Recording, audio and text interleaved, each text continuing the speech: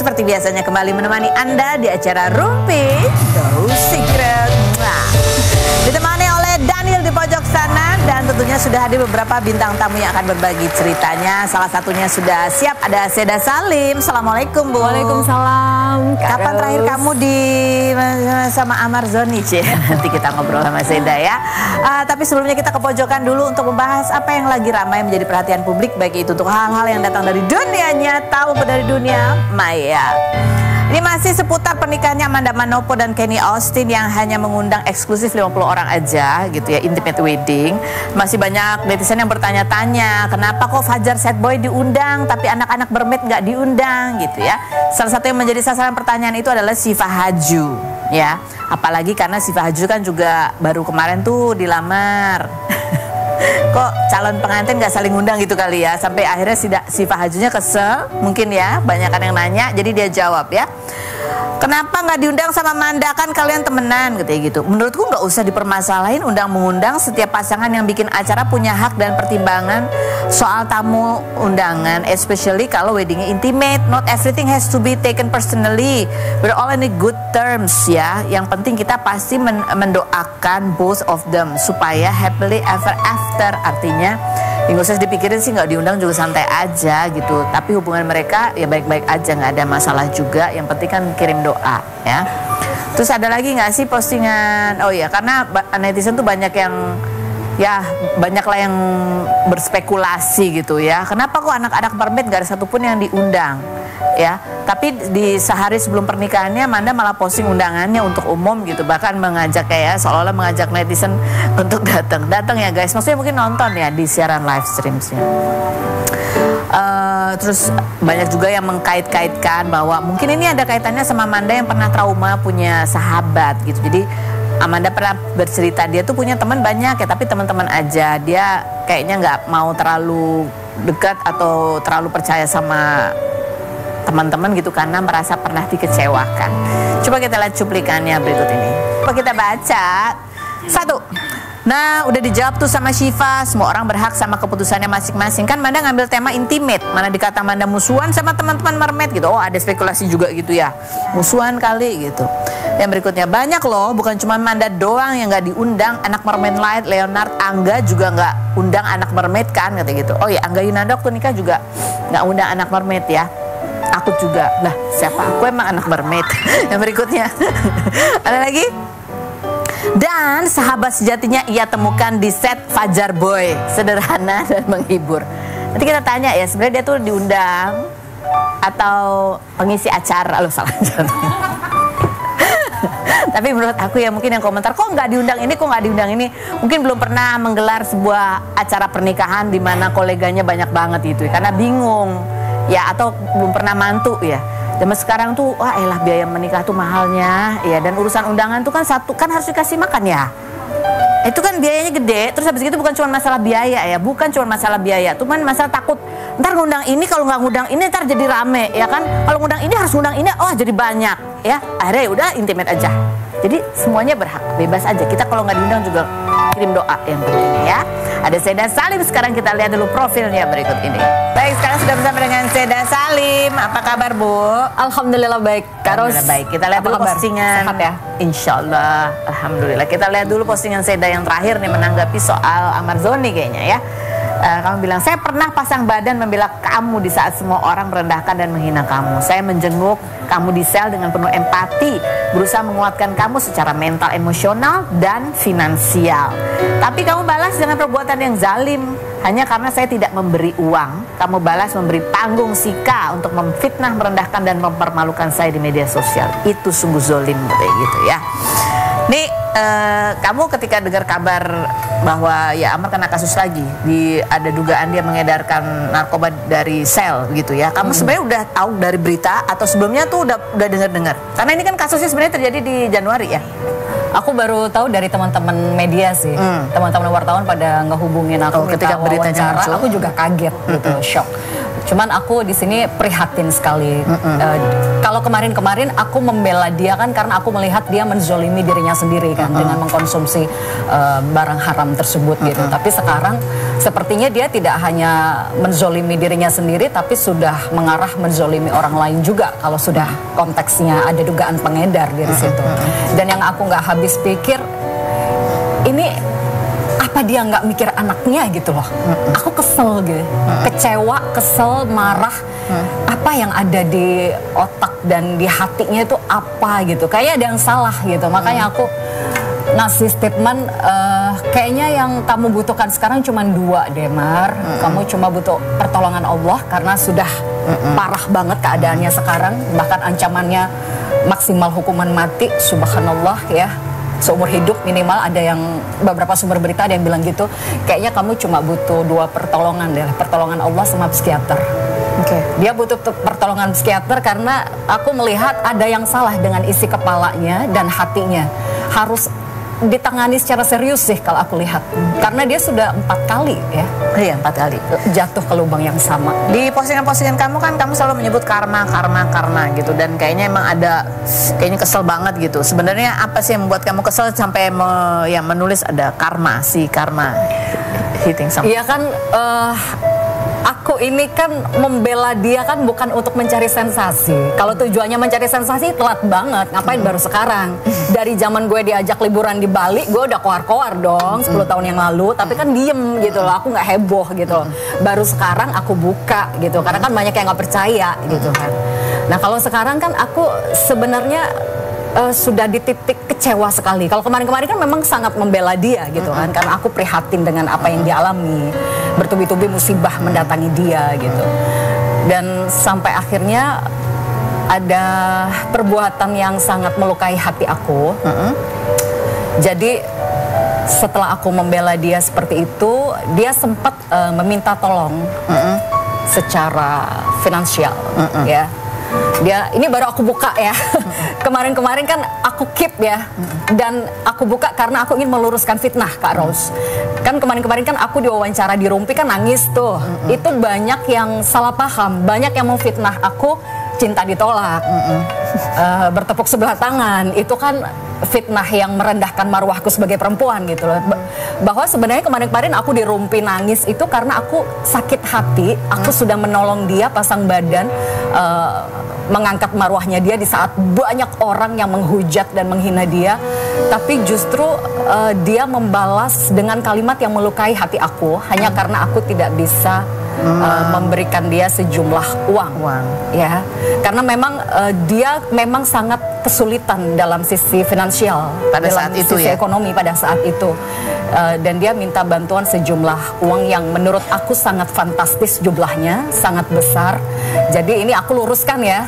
Kemarin aku menangis karena kamu udah segitu usahanya. Sakit hati hanya karena, apakah hanya karena saya tidak bisa memberikan uang dalam jumlah yang besar, kemudian saya dikata-katain dengan kalimat-kalimat yang melukai hati. Terus ditambah lagi dia seolah memberikan panggung kepada si perempuan Sika ini. Udah dasarnya dia terobsesi sama laki-laki itu ya, dia dikasih panggung untuk menyerang saya gitu loh. Seolah-olah dia memberi panggung pada si dokter K ini untuk memfitnah saya, mempermalukan saya dan merendahkan saya. Itu saya nangisnya di situ. Bukan karena saya cinta bertepuk sebelah tangan, saya nggak ada perasaan apapun dengan Amar. Ya, kalau dulu masa lalu kita memang pernah sangat dekat berhubungan. Tapi itu udah lewat ya. Sampai liburan ke Bali bareng, dia sampai ngabisin berpuluh-puluh juta demi saya, itu masa lalu gitu loh. Oleh karena itu saya mengingat kebaikannya dia, saya membela dia waktu itu gitu. Jadi kamu sempat juga membantu dia secara finansial juga? Sebenarnya gini Kak Rose ya, jumlah yang dia minta itu kan jumlahnya fantastis, sangat besar menurut saya. Kan Kak Ros tahu sendiri, saya ini janda, saya single parent. Untuk makan, untuk sekolah anak aja udah terseok-seok gitu. Apalagi kalau saya disuruh membantu dengan jumlah nominal yang sangat tinggi, itu kan ya it's okay, saya akan berusaha bantu, tapi kan nggak bisa detik itu juga. Ya, tapi kayaknya dia butuh waktu, detik itu juga harus ada gitu loh. Nah, saya bilang saya nggak bisa ngasih dalam jumlah uang yang besar detik ini juga. Ya saya butuh waktu dong kalau saya mau bantu kamu, it's okay gitu. Tapi sepertinya dia marah, tantrum ya, karena saya tidak bisa mungkin ya. Jadi terkeluar tuh dari dia kata-kata. Ya, tidak bisa memberikan sejumlah uang yang dia ngomong apa? Minta. Ya ada kalimat-kalimat yang melukai hati, nuduh-nuduh saya macam-macam. Itu sebenarnya saya sudah mencoba untuk curhat ya. Saya curhat ke Bang John, sempat curhat ke Bang John. Bang John, ini saya kan niatnya baik, saya ini kan niatnya membantu dia. Kok saya malah dikata-katain begini, saya malah difitnah begini gitu. Bang John mencoba untuk menenangkan gitu. Kamu Mbak Zeda yang sabar, memang kan dia sedang terkena narkoba ya, jadi otak dan hatinya mungkin agak bermasalah, it's okay. Tapi yang membuat saya lebih kecewa lagi, beberapa hari kemudian tiba-tiba ada drama si dokter K ini muncul, seolah-olah diberikan panggung sama laki-laki ini ya untuk memfitnah saya, merendahkan saya, mempermalukan saya. Itu sakit banget sih, Karos. Nah, kapan terakhir Amar ini menghubungi kamu? Di tahun-tahun ini ada lagi dia sebenarnya menghubungi? Ya, beberapa kali dia sempat menghubungi saya. Cuman sempat saya blok kan, saya blokir nomornya. Dan beberapa waktu lalu juga sempat menghubungi lagi, cuman saya blok lagi. Sudahlah, saya sudah tahun ini juga. Ya, saya sudah tidak mau berkomunikasi dengan dia lagi karena dia seolah kayak membiarkan si K ini untuk merendahkan saya, mempermalukan saya. Maksud saya kalau saya tidak meminta balasan dari dia, tapi setidaknya jangan melukai hati saya, menyerang gitu jangan ya. menyerang saya. Baik. Gitu. Ini kemarin juga sempat ada statement dari adiknya Amar Sony, Aditya Sony gitu ya, yang memberi pernyataan bahwa keluarga pasti akan mendukung Amar Sony gitu ya, dan menghimbau kepada teman-teman yang diwawancara media untuk berhati-hati dalam memberikan statementnya. Kita lihat dulu cuplikannya berikut ini. Nih, kamu sendiri ya kan beberapa kali kamu diundang memberikan statement dari sisi kamu ya, ke pengalaman pribadi kamu. Tapi pernah aja telepon dari keluarganya Amar gitu untuk ya itu tadi hati-hati kalau ngeluarin statement gitu. Pernah dapat pesan-pesan kayak gitu juga nggak? Tidak pernah. Tapi kamu pernah juga dititipin untuk jual-jual barang gitu? Banyak. Ya. Ya dia pernah minta tolong karena dia, ya sama seperti sahabatnya Christopher tadi ya, dia sempat minta tolong dibantu dijualkan beberapa barang asetnya. Ini saya mengatakan begini karena memang saya ingin menggambarkan memang dia dalam keadaan yang sangat membutuhkan uang saat itu, sangat sulit ekonominya ya. Ya banyak aset-asetnya mulai dari yang nilainya miliaran lah. Sampai dengan banyak properti. Ada yang berhasil kamu jualkan juga? Iya kan saya butuh waktu Kak Ros. Ngejualin kayak gitu kan nggak bisa detik itu juga. Tapi dia maunya buru-buru. Iya, dia maunya detik itu juga. Saya sampai minta maaf sama dia. Saya minta maaf, saya kalau ngejualin ini saya butuh waktu gitu. Oke, lalu dia membutuhkan sejumlah uang. It's okay, tapi nggak bisa detik ini juga dong gitu. Kan saya juga harus membagi untuk sekolah anak, untuk ini tabungan. Masa tabungan saya ludes buat dia kan juga nggak mungkin gitu. Cuman ini tujuan saya adalah ingin menggambarkan kalau memang dia sedang mengalami kondisi yang sangat sulit secara ekonomi, secara finansial. Dan saya sudah berusaha untuk membantu dia. Cuman ya nggak habis pikir itu kok bisa gitu ya, sezolim itu gitu. Jadi sekarang udah nggak ada kontak-kontak, nggak ada hubungan lagi sama dia ya? Udah diblokir kan. Udah. Katanya di blok, buka unblock gitu. Waktu iya. Dulu ya saya tuh nggak tegaan saya tuh harus. Saya kasihan ngeliat dia itu sebenarnya. Di satu sisi tuh kesel, jengkel, emosi, tapi di satu sisi kasihan juga ya. Prihatin gitu dengan kondisi dia sekarang. Apalagi kasusnya makin berat yang dihadapi ya. Iya. Nanti kita ngobrol lagi Mas Zeda. Berikut ada Fajar Sad Boy. Kita lihat dulu profilnya berikut ini. Kita sudah bersama dengan Fajar Sad Boy, bestinya Amanda Manopo. Fajar, kenapa nutup mulut begitu? Takut banget jadi semangka. Hah? Tersangka. Semangka. Oke, kita lihat dulu ya momen ada mini vlognya nih Fajar persiapannya untuk datang ke pernikahannya Amanda Manopo. Kita lihat dulu. Mini. Ada yang ke skip. Yang apa case wedding apa itu? Oh iya itu kita sensor kita, ya nggak bisa tayang kalau di sini. Di vlog kamu bisa tayang. Tapi kan emang Fajar tuh pernah satu series bareng ya, jadi adiknya Amanda Manopo waktu itu ya. Terus kamu katanya baru terima undangan itu 2 hari sebelum acaranya? One day, oke. Kayak siapa yang kirim? Apa Amanda telepon dulu, chat kamu dulu, atau tiba-tiba undangan datang gitu, atau manajer yang hubungin atau siapa? Ke Amanda yang ngechat di WA. Dia bilang apa? Fajar datang ya gitu. Iya, tiba-tiba dapat undangan.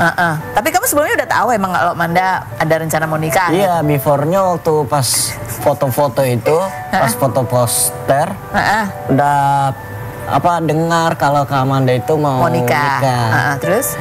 Kupikir dengan aku gitu. Hampir keselak aku ya. Terus?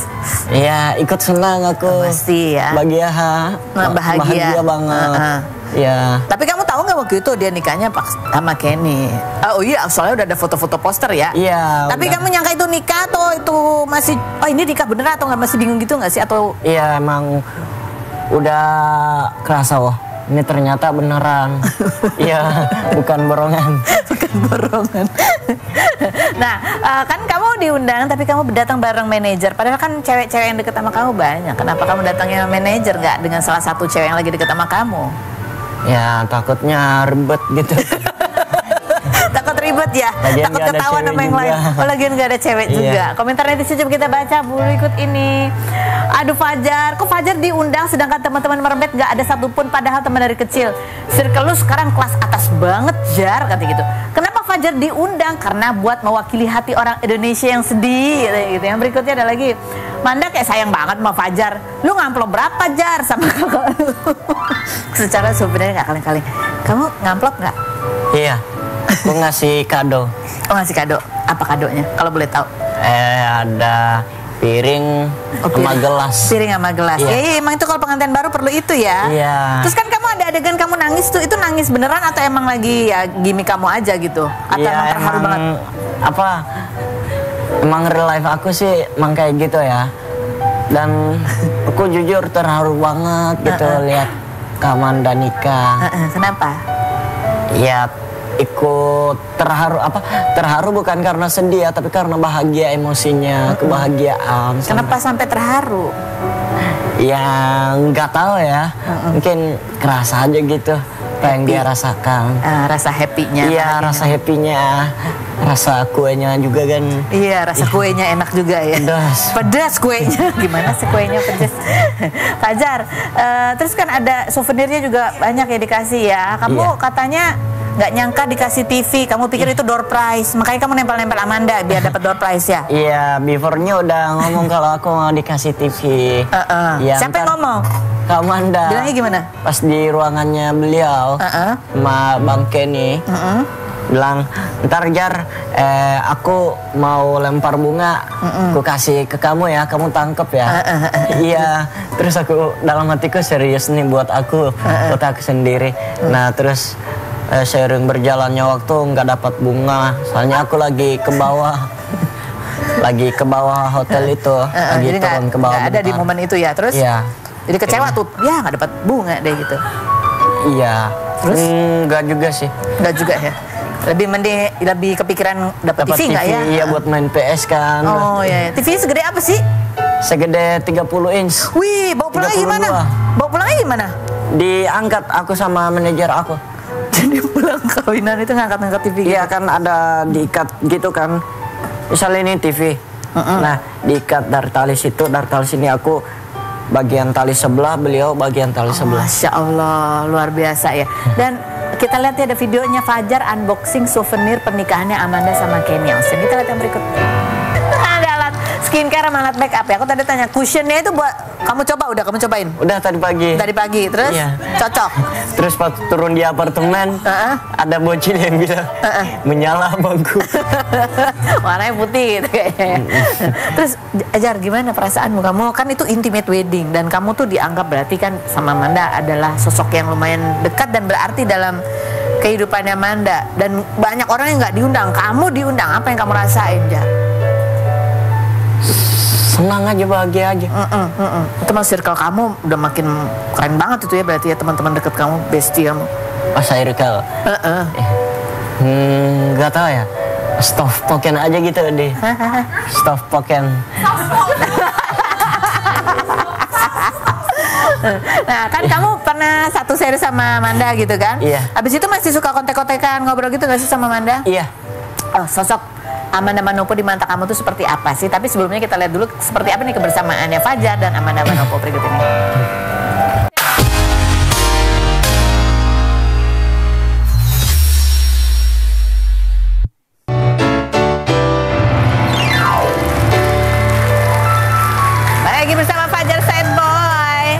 sad boy. Amanda Manopo di mata kamu gimana sih? Katanya orangnya royal, benar juga royal dia kayak kamu. Iya, beliau tuh royal banget. Kadang gabut dikit, kan ada tuh asistennya beliau namanya si Bang Ican kan, bilang, Chan, ambilin dong paket depan. Dia apa ya, royal. Beli makanan. Iya, dan dia kalau dari aku ya perhatian banget gitu. Kayak gimana perhatiannya ke kamu? Jar, makan sono, makan. Ya karena aku jarang banget makan kan. Iya, dia yang sering makan. Awas lu ya, awas kalau ngeluh lapar ntar ya. Terus kamu kan kalau dilihat itu kan chemistry-nya kan kayaknya kamu tahu banget gitu Amanda Manopo mau ngomong apa, mau kemana. Mas sering ngobrol sama dia? Sering curhat-curhatan ya? Paling cuman doang sih. Dia kok ketemu gitu? Iya. Kuku gitu. Before kan spontan. Baik. Ini kan kamu suka banyak juga nih sekarang film-film ya yang kamu bintangin. Dari mulai dulunya awalnya cuma muncul berapa detik, sekarang udah mulai banyak nih peran-peran yang kamu mainkan. Iya kan? Kamu belajar acting di mana? Apa emang natural aja buat kamu ya? Aku waktu itu di series pertama ya, bareng ke Amanda kan. Beliau juga yang sering ngarahin aku. Apa yang kamu ingat dari arahannya dia misalnya? Jar. Next kalau kamu dapat apa ya? Dapat dapat apa namanya? Lain kalimat. Lawan main. Kamu harus paham dulu skripnya. Paham dulu skripsinya sebelum baca situasinya. Iya. Sehingga gak usah lihat, biarin aja. Sehingga ya biar ntar kamu nggak bakalan kaku. Begini kita harus hafal dulu lainnya kan. Ya baru boleh ngimprove, yang penting tetap di benang merah. Iya, karena kamu mungkin keseringan improvisasi ya. Beliau sering ngajarin aku apa arti dari kenyamanan, kesempurnaan, cinta. Apalagi dulu skripnya kamu sebelum improvisasi. Kita menuju ke bintang tamu kita selanjutnya. Dan Cut Kakak, kita lihat dulu profilnya berikut ini. Baik, kita sudah bersama dengan Cut Kakak. Cut Kakak ini baru pulang nganterin anaknya. Ini tahun kedua ya, kuliah di Inggris gitu. Exeter. Tadi baru cerita ya. Dia 20 hari ya kamu nemenin yang tahun lalu tuh sedih banget tuh. Gimana ya bedanya apa? Ninggalin ya lebih jadi di pesawat nangis. Mungkin orang ngeliat nih orang kenapa? Begitu mulai basah-basah terus pokoknya di airport lagi nunggu juga wah gitu lah, pokoknya udah sampai rumah ngeliat kamarnya tuh juga ya ampun gitu. Tapi ini tahun kedua karena kemarin juga dia lama ya, liburan lama di sini, jadi nggak pas pergi nganter, oh ya udah ntar tunggu lagi, ntar lagi juga summer dia balik, jadi udah terbiasa, bisa lebih ini ya. Konten juga bentar lagi dia balik gitu, lama juga di sini kan. Terus kamu kan juga nih tulisan di caption kamu kan pesannya gini ya, selain fokus belajar jangan lupa sholat adalah jangan malas-malas video call. Susah banget mukanya kasih lihat. Jadi waktu pas dulu yang kemarin dia nggak lama terus kita pulang, aku kaget begitu aku jemput di airport, kurus banget. Sampai kita nggak tahu karena dia nggak pernah video call kan, cuma ngomong gitu, jadi pun ya ampun sekurus itu. Nah kemarin pas di Jakarta untung udah naik lagi timbangannya. Terus kamu nggak tanya kenapa kok kurus begitu? Ya makanya dia susah, dia kan makannya milih-milih, agak susah gitu, nggak doyan roti-roti. Nggak masak sendiri? Masak kali, mungkin dia jadi kayak intermittent, jadi sehari begitu makan dia tunggu bangun lama, dia mood masak baru masak. Iya capek sih soalnya udah sekolah harus masak juga. Jadi kamu lihat apalagi bedanya selain ditambah kurus? Itu tambah kurus terus udah gitu mungkin lebih dewasa gitu kan, terus lebih apa-apa yang harus dikerjain sendiri dia tahu gitu. Tapi begitu sampai rumah udah langsung baju nombok di mana-mana. Dia pikir dia bakal nyuci sendiri, jadi dia tumpuk. Dia lupa di rumah udah ada pembantu kan. Udah siap mau laundry. Dia pikir tuh kayak dia masih di apartemen di tempatnya dia kan, naro gitu. Semua taruh begitu gitu loh. Padahal di sini udah tinggal ngasih mbak gitu. Jadi kayak gitu. Pas dia nyampe Jakarta terus dia ngeliatnya, aku berapa lama ya ninggalin Indonesia. Lucu banget sih gitu. Ini fotonya ini ngapain dia? Ini kita pindah-pindahan, jadi ngangkut sendiri semuanya itu. Hafir itu kayak fobia sama laba-laba, sama sarang laba-laba. Jadi dia tuh mesti bersih banget itu, dia bener-bener takut banget gitu loh. Jadi tiap hari dia juga bersih-bersihnya sampai sedetail itu ya? Iya. Jadi jendela nggak boleh dibuka, dia beli sendiri tuh buat penutupannya biar nggak masuk gitu, biar tetap jendela window-nya bisa dibuka. Biar nggak ada serangga masuk. Kita lihat kan kemarin kayaknya juga banyak ya teman-teman yang anaknya sekolah di Inggris juga. Nih kamu ada foto juga sama anaknya Erin tuh satu kota. Kalau Dio itu di London. Kebetulan Dio sama Xavier tuh dulu temen main di tutor time masih sebelum TK. Nah kemudian Xavier pindah ke HCS, Dio ke Global. Mereka nggak pernah ketemu, udah nggak pernah komunikasi, pernah bikin pesantren dan mereka nggak kenal, sayang. Terus pokoknya nggak kenal, nggak inget lah pernah main bareng, pernah TK bareng, kita dulu yang nganterin. Nah sampai kemudian mereka sebelum itu kan main golf lah sama temennya. Oh iya, terus Dio bilang mau ke London. Udah tuh komunikasi. Kayak kemarin juga kita deketin lagi. Kalau kita tanya berdua, inget nggak sih kalian waktu kecil main? Enggak. Jadi sempat ini akhirnya ketemu ngobrol makan malam juga ada di. Iya, kita jalan beberapa kali sama ngumpul anak-anak ngumpul. Tapi kotanya jauh. Pak Desra juga. Kuliahnya gitu. kotanya jauh ya, satu London, satu itu. Dan kebetulan memang aku kemarin abis dari beres Exeter kita stay di London agak lama. Jadi barengan gitu. Oke, ini pada saat kamu lagi pergi itu ada fotonya lagi makan. Di Indonesia lagi ada berita-berita tuh tentang. Kamu ngikutin berita gitu juga nggak? Ya baca. Aku baca. Terus suasananya jadi agak kayak aduh gitu nggak sih? Nggak enak. Iya, nggak berani kok. Kita akan balik lagi, jangan kemana-mana. Tetap di Rumpi Indah Secret.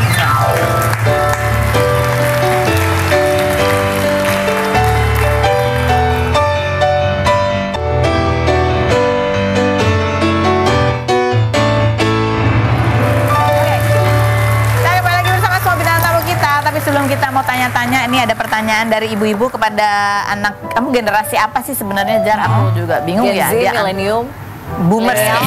Game. Apaan? Generasi muda. Oh iya, generasi. Bahasanya ya. Kita mau lihat dulu nih postingan Cut Kakak kemarin reuni sama Dia Permatasari, ada Diana Pungki, ada Sarah Azhari. Katanya kalian ini belum pernah satu seri sinetron bareng. Enggak, ini kita zaman dulu kita kenalnya karena foto-foto kalender.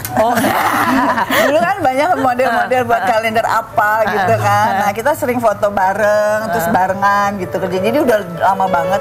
Nah, emang sekarang ini kita suka komunikasi aja, sering ketemu. Kebetulan Sarah lagi ada di sini.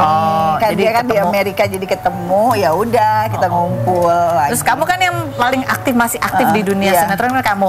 Kamu cerita-cerita apa nih sama teman-teman yang kan kebanyakan mereka udah enggak lagi di dunia ya paling hiburan. Suka nanya-nanya kesibukan gitu. Terus udah gitu kadang kalau syuting sekarang gimana ya? Kalau kayak lu Sar nggak mungkin deh sekarang.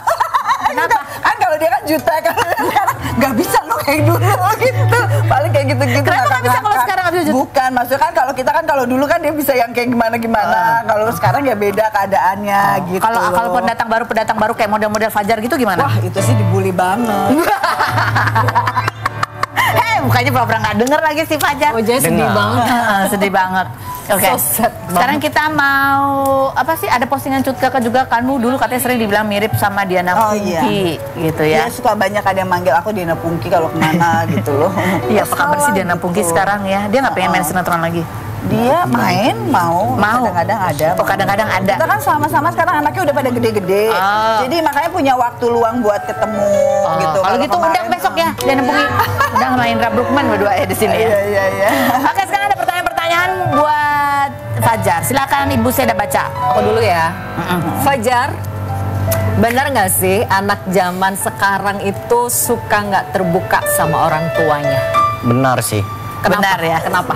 Karena setelah dipikir-pikir ya, yang aku dapat ya, mereka tuh kadang di rumah nggak nyaman.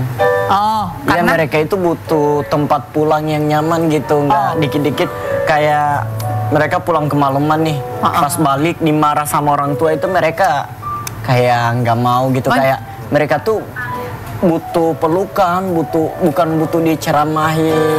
Emang kamu pulang jam berapa sih? Tapi kalau pulangnya kemalaman diomelin wajar dong. Kamu pulang jam berapa? Tapi aku pernah gitu kan. Tapi semenjak itu ibuku ngomong dulu, Anjar, ntar kalau keluar jangan pulang kemalaman ya. Aku bilang, oh iya mak. Akhirnya aku balik pagi. Terus kamu merasa nggak nyaman ketika diomelin ya? Iya. Jadi berarti nggak salah dong kalau diomelin. Iya, nggak Kamu salah biasanya suka diomelin buat. bohong soal apa sih kalau misalnya nggak terbuka tuh soal apa biasanya sama orang tua? Biasa kalau nggak Pacar, terbuka masalah itu pacar. apa ya? Bikin beban mereka nggak sih? Beban. Tambah Beban. beban kepada dia. Beban. Kalau ada masalah nggak mau cerita karena nggak Iya, mau bebanin orang. nggak mau. Emang Karena masalah kamu apa sih? Basicnya lelaki zaman sekarang itu ya. Pria sejati nggak boleh bercerita. Oh, lucu banget sih dia. Tiba-tiba udah nikah. Ayah. Nih, Tapi kalau wanita sejati boleh bercerita ya. Iya boleh, wanita wajar bercerita kepada siapapun. Terus aja dong laki-laki tidak bercerita tahu-tahu udah nikah kata Iyo. Iya. Cut kakak silakan. anak sekarang tuh ya, kenapa sih kalau pacaran suka kasih-kasih barang-barang mahal? Nah, kamu gitu nggak Jar? Nah itu Suka gitu nggak?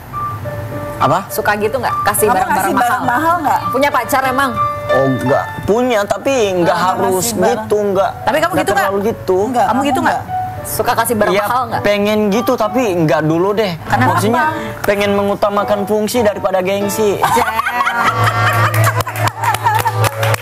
Jadi barang termahal yang pernah kamu kasih ke pacar kamu tuh apa? Enggak pernah. Karena prinsip aku Ngasih something gitu, barang apa gitu? Enggak, pernah enggak sama ada. sekali. Pantas kamu diputusin. Iya, padahal itu enggak bahasa apa-apa. cinta loh. Iya saya tahu. Itu bahasa cinta Artinya loh, ngasih adalah barang. jika lu belum bisa membahagiakan kedua orang tua lu, maka jangan coba-coba lu membahagiakan anak. Hebat Fajar. So, I mean like, ya begitu, let it flow aja lo kalau pengen sama saya, pengen bangun hubungan, terima apa ayo, adanya. iya terimalah aku apa adanya bukan ada apanya. Fajar, kamu kalau misalnya lagi deketin cewek nih, kamu akan datang ke rumahnya, jemput, pamit sama orang tuanya, atau kamu tunggu di ujung gang? Aku tunggu di luar aja. Iya, Kenapa begitu sih, Jar? Takut sama orang tuanya? bukan takut, emang mungkin beda-beda ya. Kadang ada yang bilang suruh masuk aja, kayak apa ya? Kenapa emang kalau disuruh masuk? Kan itu sopan santun Live gitu iya. loh, live apa iflil. Feel apa? Iya, Ilfil. iflil gitu Mati ya. rasa.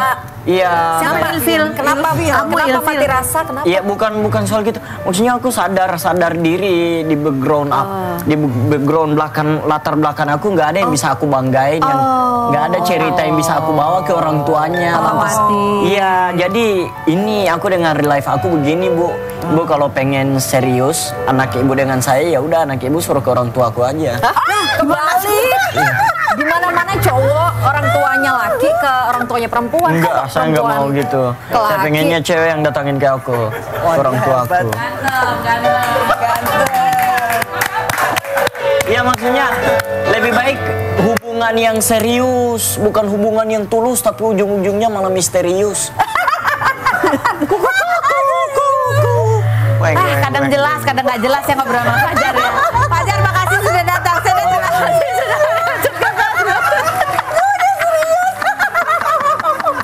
cukup menghibur ibu-ibu ya. Terima kasih Fajar. Dan terima kasih buat Anda yang sudah bergabung. Kita ketemu lagi setiap hari di acara Rumpi Inus.